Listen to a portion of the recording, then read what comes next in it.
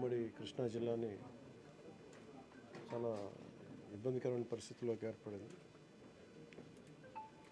ప్రభుత్వం వచ్చి ఈ 3 నెలల కాలంలోనే ఇంత హిస్టారికల్ ఎఫర్ట్స్ పెట్టాము అందరం.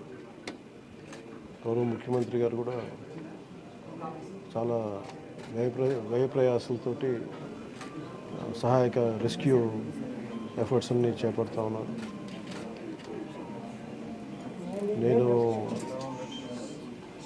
నా తరపు నుంచి పంచాయతీరాజ్ డిపార్ట్మెంట్ తోటి ఎప్పటికప్పుడు సమీక్షలు చేస్తా ఉన్నాను. లాస్ట్ టూ డేస్ నుంచి ముందస్తుగా అందరూ అనుకున్నట్టుగానే ఇది వర్షం ఎక్కువైంది, తను వచ్చి సహజ వరద అనుకున్నా. ఆ తర్వాత రికార్డ్ బ్రేక్లో అసలు ఎవరు ఊహించిన విధంగా గత 50 ఏళ్లలో ఎప్పుడు రానంతగా వరద నీరు చేరడం, ముఖ్యంగా తెలంగాణ నుంచి అక్కడ పడ్డ వర్షాలు, అక్కడ వాగులు ఇవన్నీ వచ్చి ఫైనల్ కన్వర్జింగ్ పాయింట్ బుడిమే మన వైపు రావటం, దానికి మనం విపరీతంగా నష్టపోవడం. అలాగే ముఖ్యంగా విజయవాడ ఎందుకు ఇంత గురైందని చూస్తే ఇది కొంత అవుట్లెట్ తీసుకోకపోవటం. బేసిక్గా గత ప్రభుత్వం చేసి ఉండాల్సింది, ఇవన్నీ కొంచెం దృష్టి పెట్టుండాల్సింది, వాళ్ళు పెట్టలేకపోయారు. సో వాళ్ళు చేయలేకపోయారు. కానీ భవిష్యత్తులో ఈ రోజున ఈ సహాయ కార్యక్రమాలతో పాటు భవిష్యత్తులో ఇలాంటి ఎంత అకస్మాత్తుగా ఇలా వచ్చి మనం ప్రజలు ఇంత నష్టపోకుండా ఉండాలంటే ఏం చేయాలి? ఖచ్చితంగా ఈ వరద నీరు తగ్గగానే, రిసీడ్ అవ్వగానే దీని మీద ఒక ప్రాపర్ ప్లానింగ్ తోటి ఈ వరద నీరు వెంటనే దీని అవుట్లెట్ కాలువలు ఉండేలాగా దాని మీద ఈ ఫ్లడ్ కెనాల్స్ని ఎలా ఏర్పాటు చేయాలనేది గౌరవ ముఖ్యమంత్రి గారితో కూడా దీన్ని చర్చిస్తాం. ఇందాక కూడా మాట్లాడుతూ ఉంటే ఇన్ఫర్మేషన్ ఏమంటే బుడమేరుకు సంబంధించి కొంత గత ప్రభుత్వం కంప్లీట్గా విస్మరించింది ఈ ప్రాజెక్ట్స్ని. చాలా ఇప్పుడు మీరు చూస్తే మొన్న వాళ్ళ ప్రభుత్వం ఉన్నప్పుడు కూడా ఈ మన అన్నమయ్య ప్రాంతానికి పింఛా డ్యామ్ కూడా సరిగ్గా మెయింటెనెన్స్ చేయలేక నష్టపోయారు. ఒకటి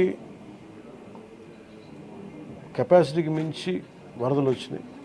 ఒక్క ఆంధ్రప్రదేశ్ సంబంధించి మన తెలంగాణ నుంచి పడ్డ వర్షం కానీ అవన్నీ కూడా ఇది ఆంధ్రప్రదేశ్కి ఒక ముంపుగా ఏర్పడ్డాయి. దానితోడు ఈ అవుట్లెట్స్ లేవు, ఫ్లడ్ కెనాల్స్ సరిగ్గా నిర్మించుకోలేకపోయాం. ఒకటి మన స్టేట్ బైఫర్కేషన్ నుంచి ఇప్పుడు దాకా మన ఇన్ఫ్రాస్ట్రక్చర్ ఇలాంటి భవిష్యత్తులో జరగకుండా, నగరాలకు ఎలాంటి ముంపు వాటిల్లకుండా ప్రతి నగరాన్ని కూడా దీన్ని అసెస్ చేయాల్సిన అవసరం ఉంది. ప్రస్తుతం విజయవాడని ప్రత్యేక కోణం నుంచి దీని మీద దృష్టి పెట్టాలి. అదొకటి ఫ్లడ్స్ అయిపోయిన తర్వాత ఆలోచిస్తున్నాం. ప్రస్తుతానికి సిసోడియా గారు చెప్పడం దీన్ని డిజాస్టర్ మేనేజ్మెంట్ హెడ్గా, స్టేట్ డిజాస్టర్ మేనేజ్మెంట్ హెడ్గా మా దృష్టికి తీసుకొచ్చింది ఏంటంటే ప్రస్తుతం రిసీడ్ అవుతున్న నీళ్లు పెరగట్లేదు. రేపటికి ఇది మనకి ప్రకాశం బ్యారేజ్ 5 lakh క్యూసెక్స్కి 5 దాకా వచ్చేస్తుందని చెప్తా ఉన్నారు. సో మేజర్ ప్రమాదం మనం తప్పింది. అంటే చాలా అదృష్టవశాత్తు ఇది భగవంతుడి కరుణ అనుకోవాలి. ఆల్మోస్ట్ ఒక 10-12 వేల క్యూసెక్లు రీచ్ అయ్యి ఉంటే అసలు టోటల్ అసలు మనం ఊహించిన ప్రమాదం జరిగి ఉండేది. అసలు మన ఎవరో కూడా అన్కంట్రోలబుల్గా జరిగి ఉండేది. ఒకటి ఇది మేజర్గా చెప్పాలంటే ప్రకృతి విపత్తు. ఇంకొంచెం తక్కువ స్థాయిలో మనం డ్యామేజ్ అయ్యిండేది ఒకటి బుడమేరు కనుక గత ప్రభుత్వం సరిగ్గా మెయింటైన్ చేసి ఉంటాయి. ఎందుకంటే వాళ్ళు అన్నీ చిన్న ఇరిగేషన్ ప్రాజెక్ట్స్ కూడా సరిగ్గా కనీసం వాళ్ళు ఈ లాకులు కూడా రిపేర్ చేయలేకపోయిన పరిస్థితులు ఉన్నాయి వాళ్ళకి. సో ఇప్పుడు వాళ్ళని తిట్టి కూడా ప్రయోజనం లేదు. ఎందుకంటే ఇది ముందు మనం ప్రస్తుతం మా చేతిలో ఉన్నది ప్రభుత్వం ఏమన్నా మేము ఏం చేయాలని ఆలోచిస్తామని ఉన్నంతలో మొత్తం కూర్చోబెట్టి దాదాపు ఇండియన్ ఎయిర్ ఫోర్స్ నుంచి, నేవీ నుంచి, హెలికాప్టర్స్ ద్వారా, అలాగే డ్రోన్స్ ద్వారా ఫుడ్ సప్లై అన్నీ చేస్తూ ఉన్నాం. అలాగే సహాయ కార్యక్రమాలు ముందుకు తీసుకెళ్తా ఉన్నాం. అలాగే పిఆర్ పంచాయతీరాజ్ నుంచి కూడా దాదాపు 242 టీమ్స్ని ఈ రోజున 262 టీమ్స్ని ఏర్పాటు చేయడం జరిగింది. ఇది వరద ఎఫెక్ట్ కాని జిల్లాల నుంచి ఈ ప్రత్యేకించి మన ప్రిన్సిపల్ సెక్రటరీ గారి ఆధ్వర్యంలో ఇది ముందుకు తీసుకెళ్తా ఉన్నాం. దీన్ని ఈ రెస్క్యూ కార్యక్రమాలకి దాదాపు చాలా బాధాకరమైన దాదాపు 19 మంది చచ్చిపోయారు. చాలా వారికి మనస్ఫూర్తిగా నా సంతాపం తెలియజేస్తాం. అలాగే ఒక 2 మిస్ అయ్యారు. ఒక పశువులు దాదాపు 136, అలాగే దాదాపు 1,00,000 72,000 హెక్టార్లు పంట నష్టం జరిగింది. అది ఉద్యాన పంటలు కానీ లేదంటే మామూలు మన ఇది మనం ప్యాడీ కానీ ప్యాడీయే దాదాపు 1,72,000 హెక్టార్లు, హార్టికల్చర్ వచ్చి ఒక 15,000 హెక్టార్స్ ఉంది. అలాగే 176 రీహాబిలిటేషన్ సెంటర్స్ని ఏర్పాటు చేయడం జరిగింది. దీనిలో ముఖ్యంగా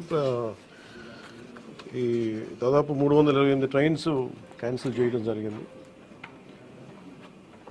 6,44,536 మంది ఈ వరదల వల్ల ఎఫెక్ట్ అయ్యారు. దాదాపు 193 రిలీఫ్ క్యాంప్స్ మెయింటైన్ చేయడం చేస్తున్నాం.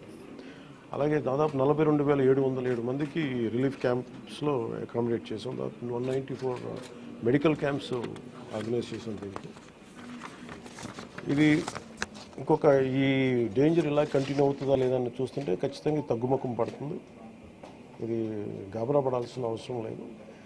అలాగే మేము సహాయ కార్యక్రమాలు పాపం అందరూ కూడా పిఆర్ పంచాయతీరాజ్ దగ్గర నుంచి స్టేట్ సిసోడియా గారి అధ్యక్షతన గౌరవ ముఖ్యమంత్రి చంద్రబాబు గారి ఆధ్వర్యంలో సహాయ కార్యక్రమాలు, స్టేట్ డిజాస్టర్ మేనేజ్మెంట్ అలాగే నేషనల్ డిజాస్టర్ మేనేజ్మెంట్ అందరూ ఒకటే ఇన్ ట్యాండెం కలిసి పనిచేస్తూ ఉన్నాను. సో దాదాపు ఈ సెంటర్కి 600 calls to 700 calls వస్తూ ఉన్నాయి. ఈ సెంటర్కి ఎక్కడెక్కడ ఇబ్బందులు ఉన్నాయంటే అడ్రస్ చేస్తూ ఉన్నాం. అతి తక్కువ సమయంలో ఇంత ఎఫెక్టివ్గా పనిచేయగలిగాం. కానీ భవిష్యత్తులో ఇలాంటివి జరగకుండా ఉండాలని మేమందరం కోరుకుంటున్నాం. అలాగే ఆ దిశగా పనిచేస్తాం.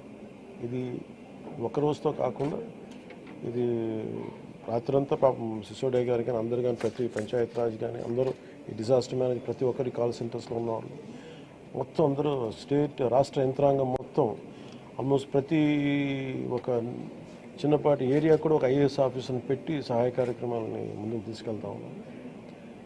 అలాగే సిసోడియా గారు కూడా ఆయన అహిర్నిస్లో లాస్ట్ ఒక 72 గంటలుగా ఆయనకి నిద్ర కూడా లేకుండా ఇక్కడే కూర్చొని మొత్తం అహిర్నిస్లు అందరూ అప్రమత్తంగా దీన్ని పర్యవేక్షిస్తూ ఉన్నాం. ఇప్పుడు దీన్ని అనలైజ్ చేసి ఇప్పుడు ఎవరి తప్పు వీటన్నిటికంటే కూడా మేము అంటే మా ముందున్నది మేము ఎంతో సహాయ కార్యక్రమాల్లో పాల్గొనగలం. అలాగే నేను ఈ సమావేశం తరఫున ప్రైవేట్ వ్యక్తులు కూడా మన పత్రికా ప్రకటన ద్వారా నేను మిమ్మల్ని అప్పీల్ చేశాను. ఈ రోజున మొత్తం రాష్ట్ర హితువు కోరుకున్న ప్రతి ఒక్కరూ 3 పార్టీల వ్యక్తులు, మద్దతుదారులు అందరూ కూడా మనందరం ఇలాంటి ప్రకృతి విపత్తులు వచ్చినప్పుడు అందరం కలిసి మనం ముందుకు తీసుకెళ్ళాలి. రాష్ట్ర ప్రభుత్వం నుంచి కొత్తగా ఏర్పడ్డ ప్రభుత్వం మనం ముందుకు తీసుకెళ్తా ఉన్నాం. అలాగే మీ వంతు సహాయం కూడా మీరు చేయమని కోరుకుంటా ఉన్నాను. అలాగే నా సైడ్ నుంచి కూడా ఈ ప్రత్యేకించి రాష్ట్ర సీఎం రిలీఫ్ ఫండ్కి 1 కోటి రూపాయల నిధుల్ని నేను చంద్రబాబు గారి రాష్ట్ర ముఖ్యమంత్రి నిధికి నేను విరాళంగా ప్రకటిస్తున్నాను. ఈ సహాయ కార్యక్రమాలకి చిన్న ఒక పూర్తి స్థాయిలో ఏమాత్రం వాళ్ళకి వచ్చినా కానీ నాకు చాలా ఆనందం కలుగుతుంది. ఆ దిశగా రేపు కలిసి వారికి అందజేస్తున్న చెక్ ఒకటి.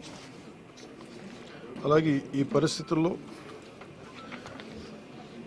ఒక చిన్న అనాలిసిస్ ఏంటంటే రీహాబిలిటేషన్కి షిఫ్ట్ చేయబడ్డవారు 42,000 మంది. నిన్న మెసేజ్ కూడా పెట్టాను. ఆర్బీ రోడ్స్లో కూడా దాదాపు 1,808 కిలోమీటర్లు డ్యామేజ్ అని ఒకటి కరెక్ట్ చేసుకోవాలి, దాన్ని దృష్టి పెడుతున్నాం. అలాగే 188 బోట్స్ యాక్షన్లో ఉన్నాయి, దాదాపు 5 హెలికాప్టర్స్. అలాగే గజేతగాళ్ళు దాదాపు 283 మంది సహాయ కార్యక్రమాలు పాల్గొన్నారు. దాదాపు 3 లక్షల ఫుడ్ ప్యాకెట్స్ సప్లై చేశాం.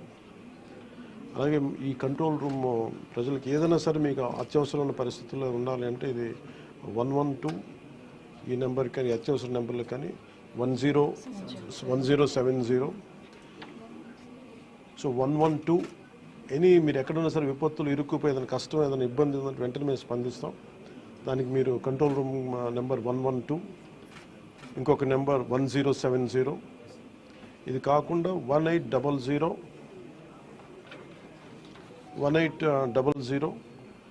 4250 101. మళ్ళీ రిపీట్ చేస్తాను. కంట్రోల్ రూమ్ నెంబర్స్ 112 అదొక ఈ ఫోన్ కన్నా చేయండి, లేదంటే 1070కి ఫోన్ చేయండి. ఇది కాకుండా 3వ నెంబర్ 1800 425 0101. మీరు ఈ కంట్రోల్ రూమ్కి చేసిన మీకు ఏ సహాయకార్యక్రమం ఎక్కడున్న విపత్తులు మీరు ఇరుక్కుపోయినా కానీ మేము వెంటనే తక్షణంగా స్పందిస్తాం తెలియజేసుకుంటే. అలాగే దాదాపు 80 కోట్ల రూపాయలని జిల్లాలకి ఈ రిలీఫ్ అండ్ రీహాబిలిటేషన్కి విడుదల చేయడం జరిగింది. అలాగే ప్రతి ఒక్కరూ కూడా ప్రభుత్వం అభివృద్ధిని కాంక్షించే ప్రతి ఒక్కరూ కూడా నేను ఇదే కోరుకున్నా. ఈ ప్రకృతి విపత్తు సమయంలో ఇది నిందల కంటే కూడా ప్రజలకు మనం ఎలా చేయాలనే దృష్టిలో పెడతాం. భవిష్యత్తులో ఇలాంటి జరగకుండా ఉండాలంటే ఎలాంటి చర్యలు తీసుకోవాలని మేము క్యాబినెట్లో చర్చించి గౌరవ ముఖ్యమంత్రి గారి దృష్టికి తీసుకెళ్ళి దీనికి ఒక ప్రతి సిటీకి ఒక మాస్టర్ ప్లాన్ తయారు చేయాలి. ఫ్లడ్ మేనేజ్మెంట్కి ఒక మాస్టర్ ప్లాన్ ఉండాలి. అందుకని ఆ దృష్టిలో పెడతాం భవిష్యత్తులో. Thank you. అంటే ఇది ముందు రోజే అనుకున్నాను. యాక్చువల్గా ఇది మా దృష్టికి ఏంటంటే ముందు 1వ తారీఖు అనుకున్నప్పుడు అందరూ ఏమన్నారంటే మీరు వస్తే ఇది మాకు ఈ రిలీఫ్ ఆపరేషన్స్కి ఇబ్బంది అయిపోద్ది, మాకు దయచేసి మీరు ఈ రిలీఫ్ ఆపరేషన్ మీరు అడ్డం అయిపోతారని చెప్పేసి వారి సూచన మేరకు నేను ఆగిపోవాల్సి వచ్చింది. ఇప్పుడు కూడా ఒకసారి వాళ్ళ నిర్ణయం తీసుకొని వాళ్ళు టేక్ కాల్ వెళ్తే అది సహాయపడాలి, కానీ మళ్ళీ ఇంకొక కేయాటిక్ మీకు తెలుసు కదా, అందుకని దాన్ని దృష్టిలో పెట్టుకుని కొంచెం తటపాయిస్తున్నాను. అంతకుమించి లేదు, కొంచెం ఇబ్బంది లేదంటే ముందు మెయిన్ అధికారులు పాపం గత 72 గంటల నుంచి వాళ్ళు నలిగిపోతారు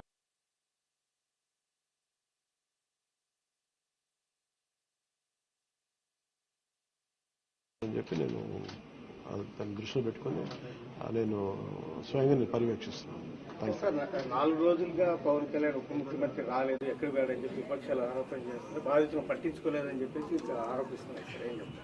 ఫిజికల్గా మీకు కనిపించడం పద్ధతి అంటే వాళ్ళు ఏమనుకుంటారంటే నేను బోట్ వేసుకొని రెస్క్యూ చేయడం కుదరదు కదా, బాధ్యతలు లేకుండా ఎందుకుంటాం. అది ఏంటంటే అనాలి కాబట్టి అంటమే తప్ప ఎంటైర్ మీరు చూస్తే మా పిఆర్ మెషినరీ, మన పిఆర్ పంచాయతీరాజ్ మెషినరీ మొత్తం ఎంటైర్ వర్క్ చేస్తాం మా సైడ్ నుంచి.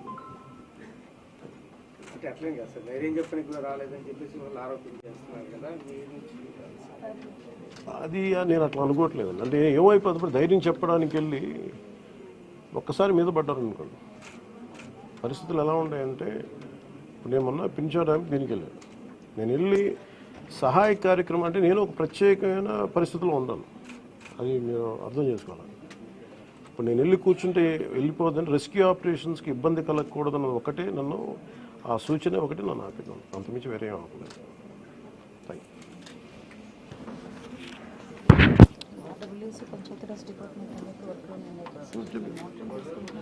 అలాగే నిన్నే చెప్పాను అంటే పంచాయతీరాజ్ కానీ, రూరల్ వాటర్ సప్లై కానీ, ఇంజనీరింగ్ డిపార్ట్మెంట్ కానీ ఇవి కన్సిస్టెంట్గా పనిచేస్తున్నాయి in tandem with rescue operations. So దాన్ని కూడా మీరు దృష్టిలో పెట్టారు.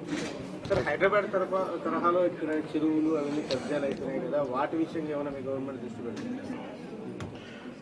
ఇప్పుడు ఇది సక్సెసివ్గా ఇప్పుడు మనం అంటే దీంట్లో ఒక ఇది ప్రతి ప్రభుత్వం తీసుకోవాల్సిన బాధ్యత ఇది. ఇప్పుడు దీంట్లో ఆల్రెడీ చెరువుల్లో కొంచెం నాలాల్లో కట్టేసినవి ఉంటాయి.